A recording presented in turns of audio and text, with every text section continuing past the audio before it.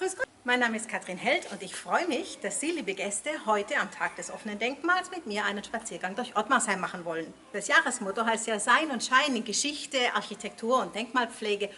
Und da haben wir ja gleich hier an unserem schönen Portal auch schon ein gutes Beispiel. Das Haus ist nach der Jahrtausendwende erbaut, aber auch hier ist nicht alles, wie es scheint. Gehen wir mal weiter. So, jetzt sind wir um die Ecke gekommen, laufen die Gartenstraße vor Richtung Rathaus und was sehen wir? Einen unserer schönen Ottmarsheimer Brunnen. Die waren natürlich ganz wichtig in der Zeit, in der es noch keine Trinkwasserversorgung mit Bodenseewasser gab. Und schaut mal, 1869 wurde dieser Brunnen aufgestellt. Und wenn wir uns das jetzt mal genauer angucken, dann sind hier vom Rathaus Besigheim und vom Rathaus Ottmarsheim so kleine Reliefs drauf. Da könnte man ja denken, es hätte schon im 19. Jahrhundert Besigheim und Ottmarsheim zusammengehört. Das ist mehr Schein als Sein. Denn Ottmarsheim ist erst seit 1971 der schönste Stadtteil von Besigheim.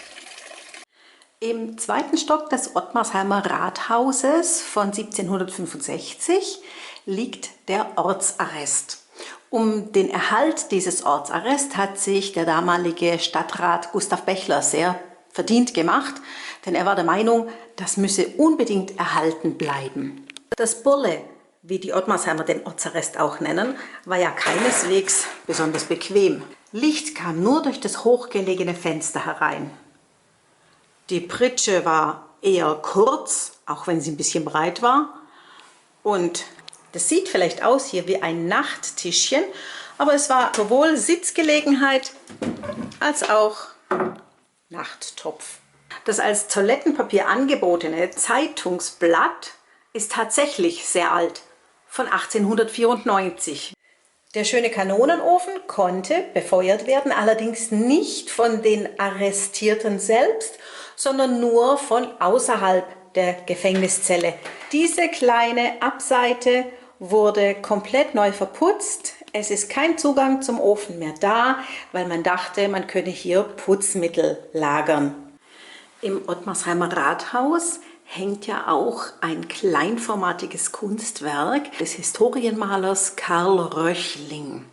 Es ist ja deshalb so originell, weil hinten auf der Wand eine Graffiti ist und dort der Soldat Johann Luitle von Ottmarsheim abgebildet ist. Ich habe aber gelesen, dass Karl Röchling mehrere Kunstwerke dieser Art für verschiedene Ortschaften angefertigt hat. Auch wenn es sich dabei um eine Reihe von Kunstwerken der gleichen Art handelt, so ist es doch eine Serie von Originalen. Von daher fühle ich mich jetzt doch nicht vom Anschein getrogen. Am Haus Kirchberg 1 wurde bei der letzten Außenrenovierung die Fassade farblich neu gestaltet. Eine schöne Eckquaderung bildet eine zierliche Leiste. Auch im Erdgeschoss sollen hier Eckquader angedeutet werden, die in Wirklichkeit nicht so sichtbar sind, denn es handelt sich um einen bemalten Putz. Das Haus in der Ilsfelder Straße 15 ist inzwischen halbseitig verputzt. Interessanterweise ist die gemeinsam genutzte Durchfahrt dieses Vierständerhauses bis zum gemeinsamen Hof hälftig gestaltet. Während rechts tatsächlich noch das echte Fachwerk zwischen den Putzkissen zu sehen ist, ist auf der linken Seite die Wand verputzt, aber optisch ein Ausgleich durch aufgemaltes Fachwerk geschaffen. Nicht im Sinne des Jahresmottos, aber trotzdem mit Schein hat ein Fund im Keller zu tun, nämlich mit dem Mondschein. In Ottmarsheim ist das Grundwasser recht hoch und man muss die Keller, wenn kein Rückschlagventil vorhanden ist, bei entsprechendem Starkregen schon mal auspumpen. Als in diesem Haus hier ein Abwassersystem eingebracht wurde, haben die Besitzer Nachgeburtstöpfe gefunden. Nachgeburtstöpfe sind Tontöpfe mit Deckel, in denen man früher die Nachgeburt umgekehrt bestattet hat, sodass auf gar keinen Fall der Mondschein auf die Nachgeburt fallen konnte, weil man Angst hatte, dass es das Kind schädigen könnte.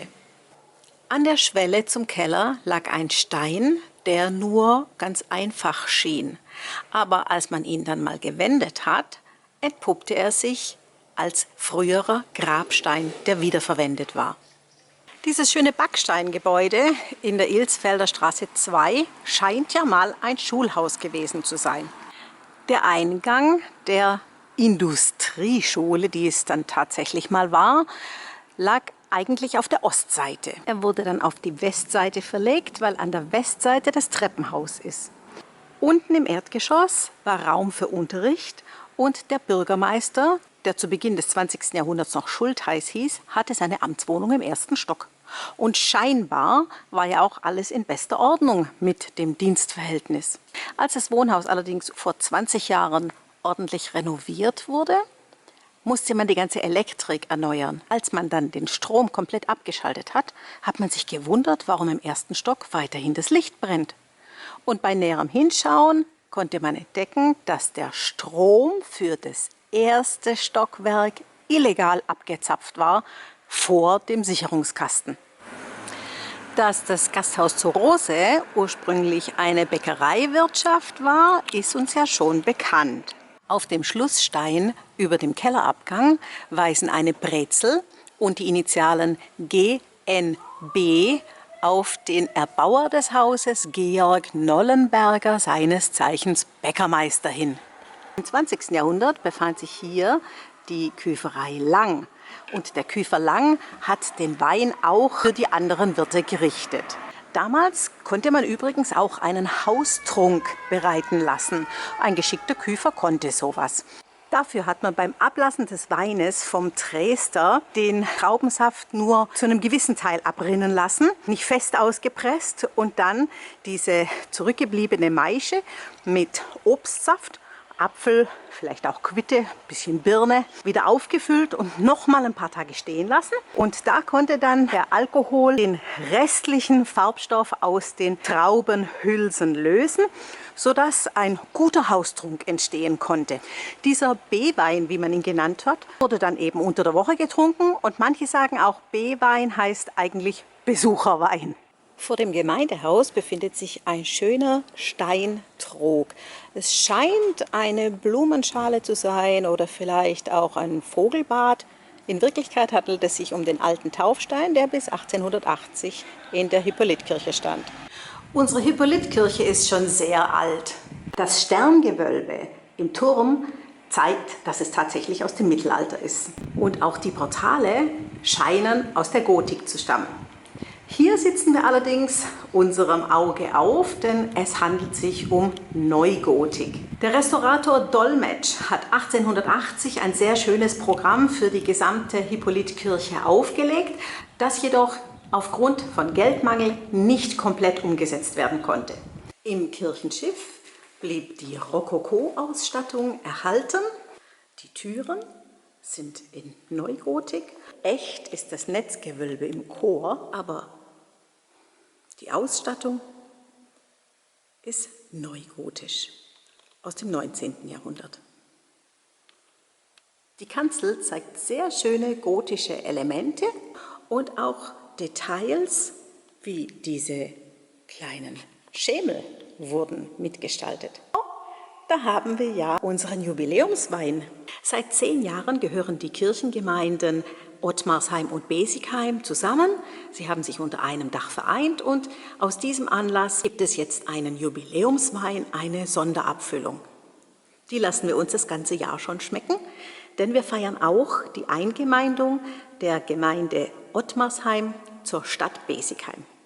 Der gekreuzigte Heiland wurde zum Dank für eine gute Ernte nach vielen misslichen Jahren im 19. Jahrhundert angeschafft und mit einem Blick auf unsere schönen Fenster, deren Maßwerk noch im Original erhalten ist, im Stil flamboyant, möchte ich mich von Ihnen verabschieden. Bleiben Sie gesund, bis wir uns im nächsten Jahr wiedersehen.